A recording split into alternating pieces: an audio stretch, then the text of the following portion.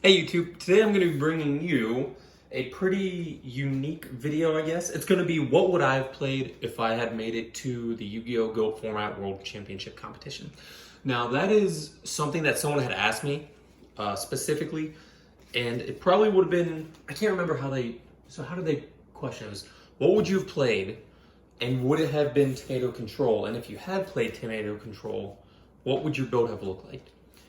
I think in general, Tomato Control, or just anything with a lot of tomatoes, is pretty good.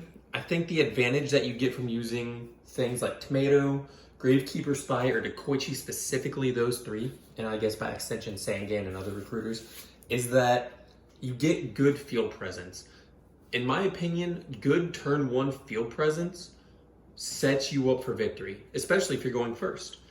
And that's in the form of tomatoes, spies, decoichis, things that ensure that, for the most part, unless something goes, I guess, erratic, or they have every nobleman ever, that you will have something for the next turn. I think tomatoes definitely one of the best turn ones, either normal summon or set, really dependent on your opponent's play, or if they have like the Mystic Swordsman, do they have the nobleman?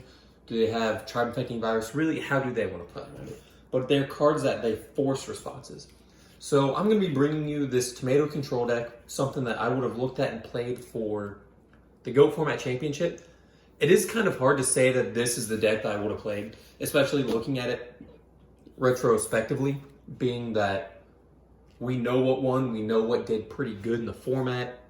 Now am I just building my deck to counter those decks, or am I building my deck to play the way that the top decks played? And it's a hard question to answer, but I think I have a pretty good handle on what I would play. So I'm going to start with the traps. Triple Solemn Judgment. I would have played, like, certainly... Let me change the lighting here, because that is awful. Is that a little bit too dark? That's what I was going to get, to be honest. So I would have played Triple Solemn Judgment. I know for sure. Would it have done good? Hard to say. Solemn Judgment probably is my favorite trap card in the format. I love the idea of being able to make any play completely safe, as well as being able to counter the opponent's plays. So it's hard to say that I wouldn't have played Solemn Judgment, but I'm about 95% certain I would have. Would it have been the right play? Again, tough to say. I like to think I'm pretty good with Solemn Judgments, but they're terrible at the beginning of the game, and they only get better as the game goes on. But they're also terrible top decking. They're really only good if you're kind of in a stalemate position and you're going for a good push. I don't really like Solemn Judgment as a defensive card. Only as offensive when you're going to summon your BLS or something of that sort. But looking at it, I'm not sure if Mystic Tomato is the right deck to be playing Solemn Judgment. I don't know if I really have anything important enough to warrant Triple Solemn Judgment or Solemn Judgment at all. But I certainly would have played it, so I'm not going to change my position.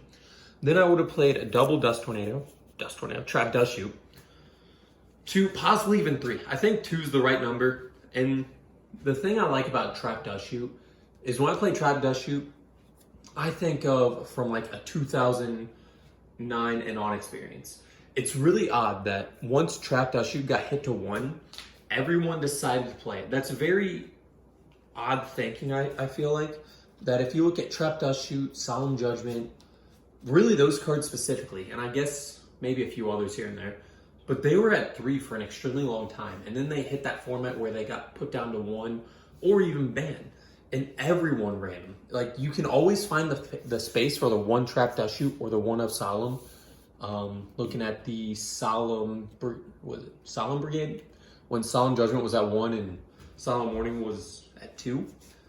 You can always find room when it's less copies, but for some reason when it's at 3, you feel obligated to run max copies. I do think running 1 to 2 copies of Trap Dust Shoot, especially if you get that early game, obviously puts you at a huge advantage. You get to knock a card away, you get to take Chaos Sorcerer, Tsukiyomi, whatever it might be out of your opponent's hand, ruin their battle plans, but just getting that information. That even if you don't hit a monster, some rare instance, if you don't hit a monster with Trap Dust Shoot, you still get that information. Or if you're willing to take the risk, you can set the Trap Dust Shoot, hope they have MST, Breaker, Heavy Storm, whatever, and then chain to it and get that little bit of advantage there. So I definitely would have ran 2 Trap Dust Shoes, 100%. Then we'll go double Sakuretsu Armor. Now, I'm putting Sakuretsu Armor here at 2. This is a card that I could have ran at 3. I think that just in general, this deck lacks a little bit of offensive firepower. I do run BLS, I do have Zaborg, and I have Kaiku. I think beyond that, though, I don't really have too much high-powered competition. There's a lot of reliance inside of Mystic Tomato Toolbox in general on your spells and traps to get a lot of the job done. Towards something like basically anything with Chaos Sorcerers, Thousand Eyes Restricts, like a lot of warriors, high attacking warriors, their monsters can do a lot of the job for the deck, and I think that's why they're really successful. For decks like this, you're almost entirely reliant on your spells and trap cards to be able to do it. But on the flip side, because you don't run things like the reinforcements of the army, which doesn't even take up that much space to be honest, or the actual Go Control package being like the Metamorphosis, Double Tsukiyomi, like the Scapegoats, you get a lot more room with your spells and traps to work with different kind of play styles, different feelings. There's a lot of things that you get to change up because you aren't running those Go control cards. I think that's where this deck kind of, its power comes from, is I'm able to run those and still have room for the Ring, the Mirror Force, and the Torrential Tribute. I do not run Dust Tornado. I think Dust Tornado Breaker, really Dust Tornado's Breakers are really suited for the side deck. At least that's kind of how I'm feeling. I don't find them too terribly, what's what I'm looking for, like winning, I guess, inside of the main deck right now. Then going into the spells, we have Triple Book 'em In. Again, anything tomato, you definitely want to make sure you have answers to the Chaos Sorcerers and really the Thousand Eyes Restricts, because Thousand Eyes Restricts just kind of ruins your day. So we do play this incredible gold rare. Book 'em In. 3 of those. Then you play Double Nobleman. Now, if you watched any of my videos, I guess within probably like the past, since I started, I've really relegated Nobleman to the side deck for a lot of my decks. I don't want to say that I'm changing it because, oh look, we saw what won. That means that I would have made Nobleman. No, I think, again, Tomato gives you a lot of room to add additional cards when you're not playing the Metamorphosis, when you're not playing the Scapegoats, when you're not playing the Premature Burial, Call the Haunted, those kinds of things. Nobleman is an easy fit. And you'll see, even beyond like the trap lineup, how many traps I was able to fit in, some of the spell cards, well, really only 2 additional spell cards, kind of only 1, that you just wouldn't fit in really anywhere else. So I definitely would have played Nobleman, especially main decking the Triple Book 'em In. Then we have really just the main one. So we have main, the Pot of Greed, wow, Graceful Charity, Delinquent Duo, MST, Heavy Storm, and Snatch Steal. So again, I passed on Premature Burial. Really, not a whole lot in here. I guess if I get it in the grave, Blackluster Soldier or Kaiku are going to be the 2 main targets. Beyond that, not really. But my last 2 spells are going to be 1 creature swap. I would only run 1. Could be 2. I don't. You'll kind of see why it's better. 2 would be good, but instead I opted to run a My Body as Shield. And the reason I threw My Body and the Shield in here is because Tomato, again, very reliant on having that field presence in the Mystic Tomatoes. If one of them gets Sakuretsu Armor, Mirror Force, Tribe, Torrented, whatever, I want that My Body available to be able to finish the turn. And make sure I have something going on into the next step of the game. You know what I mean? As well as blocking the Nobleman of Crossout. If there's anything I hate in this game more than any play on Earth, it's my opponent always having that turn 1 Nobleman of Crossout. I cannot stand it. Sometimes you just have to set the monsters, but they'll always have the Nobleman. My Body is Shield, when I played for the Dark End Dragon, it was like September of last year, was the last time I even played GOAT format. So again, take this with a huge grain of salt. I'm very much out of the way of GOAT format. I really haven't played. I work like 50, 60 hours a week, so I just don't have time, and I hate playing online. But I did try to win the Dark End Dragon. My Body as a Shield did amazing for me. I ended up I played in 3 of the tournaments for the qualifiers. First one, I think I went 3-4, lost 2-3, something like that. Second one, I went 7-2, made it to third place, which was very unfortunate because only the top 2 got a chance to go on. Maybe I got fourth place. I don't really remember. And third one, I ended up going like 5-2, something like that. My Body as a Shield was the second best card. First best card being Kaiku, which I do run in here. And so both Kaiku and My Body, I'm kind of basing on the precedent that was set through those tournaments and absolutely just how incredible they were. Being able to block basically every major card in this entire format. Moving on, we have Triple Thunder Dragon. I think it's just the best light card in general. And then being able to increase your hand size, even if it's only Thunder Dragons. Being able to increase your hand size is really just a psychological play on the opponent that I can activate Thunder Dragon, have 7 cards, right? Activate Pot of Greed, have 8 cards, flip a spot, set spot, they attack it, my turn, I draw, I'm up to 10 cards to their 6 cards if they didn't activate any of their +1 cards. So I think even if you don't play like a bunch of Chaos monsters, having Thunder Dragon is incredible. It acts as my defense against Delinquent Duo. It acts as my Graceful Charity target. It acts as tribute fodder for Snatch Steal. Acts as my light monster. So it's just like for BLS. Very good card. I'm also using it really in place of Sinister Serpent because I do not play Serpent. Then I'm playing Triple Tomato. Now here's where really a lot of the player preference comes in. I don't have Newdoria in my target lineup. I think Newdoria is an excellent card when you're playing Tomato. I should find a space for one, however I didn't.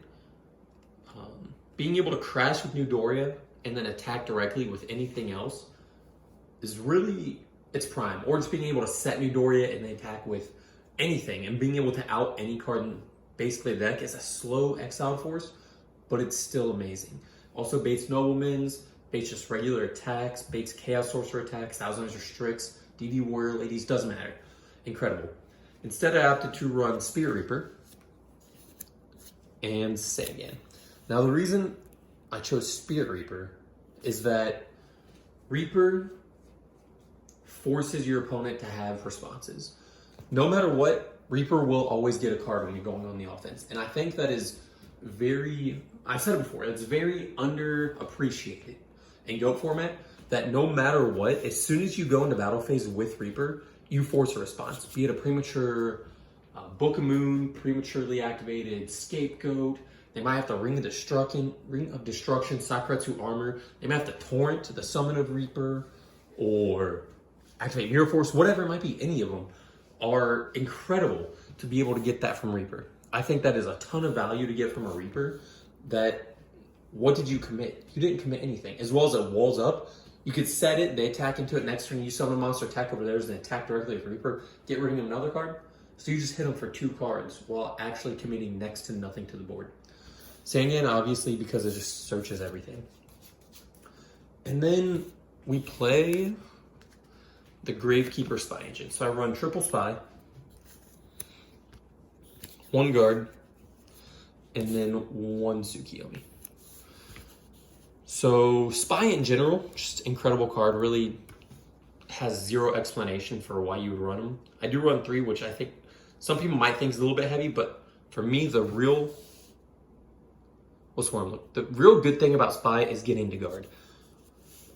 I have had many games where I just like set guard, pass, they set a monster, my turn, I draw, flip guard, flips their monster, summon Sook, flip guard back down. And it puts them in a very soft lock, but a lock nonetheless, where you can end up getting in like 2,000-3,000 points of damage over the course of a couple turns.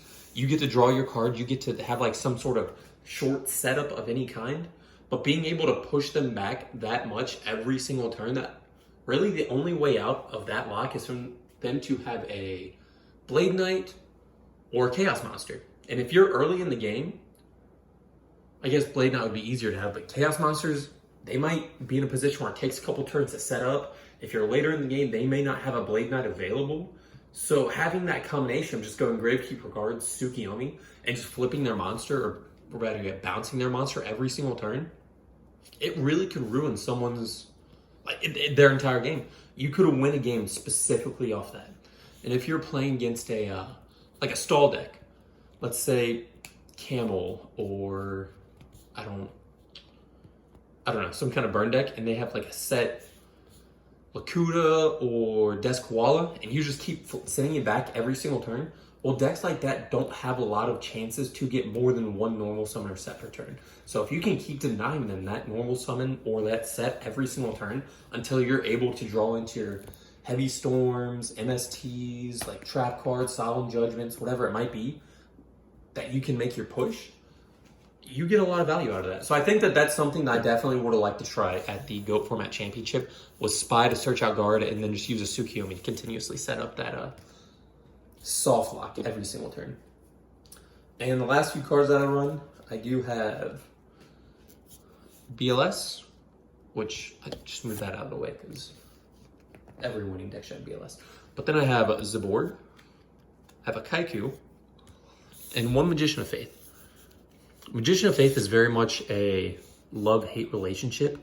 If I ever play more than one Magician of Faith, I draw it so early in the game with extremely useless spells to combo with it that is just not worth it. It's a great card, but it's a great card if you're grabbing back like a live Snatch Steal, Heavy Storm, MST, or Duo Charity Pot of Greed. Maybe the occasional Gnomon. Really, Faith with like MST can get you very far ahead in the game, but I think that's less likely to happen than more likely to happen, if that makes sense. So I think the one Faith I'm super good with, and I opted instead of two Faith, or even like a Chaos Sorcerer, to throw in Zabord. Zabord's ability to hit face downs, pretty underappreciated. It's a little bit harder to set up, but I do think that Zabord just being able to hit those face downs and then again attack over Chaos Sorcerer or popping Thousand Eyes Restrict followed by an attack and getting over actually every single extra deck monster. Yeah, I don't think there's an extra deck monster besides maybe like Gatling Dragon that Zabord can't get over, but if you summon it, you'll be able to use this effect. So I really don't think there's anything that Zabord can't get over, and definitely in a slower play environment like Worlds where players are probably going to be way more cautious about plays, Zabord can probably get a lot more value as opposed to opponent having like one card at a time or setting their whole hand and just kind of making Zabord less likely to hit the field and get that target. Again, also very good in stall matchups. Getting rid of them, it's kind of tough to say that I'd rather have Mobius to get rid of back rows than Zabord to get rid of the monster. Very tough to say, but I would choose to run Zabord. And then Kaiku was... This is, again, based off precedent that Kaiku was probably the best monster when I was playing in the GOAT Format Championship for the Dark End Dragon. Absolutely love Kaiku. Worth its weight in gold. Probably one of the best cards really in the format. Very underutilized, really, because that 900 defense is just too easy to get over. But if you have an open field and a Kaiku in hand, it's very easy to win. Or Kaiku backed up by My Body as a Shield. Again, just absolutely tremendous. But that would have been my deck. Please let me know what you guys think. And please, like, comment, subscribe, and stay tuned. Let me know what else you want to see. I love making these kinds of videos. Have a good day, bye.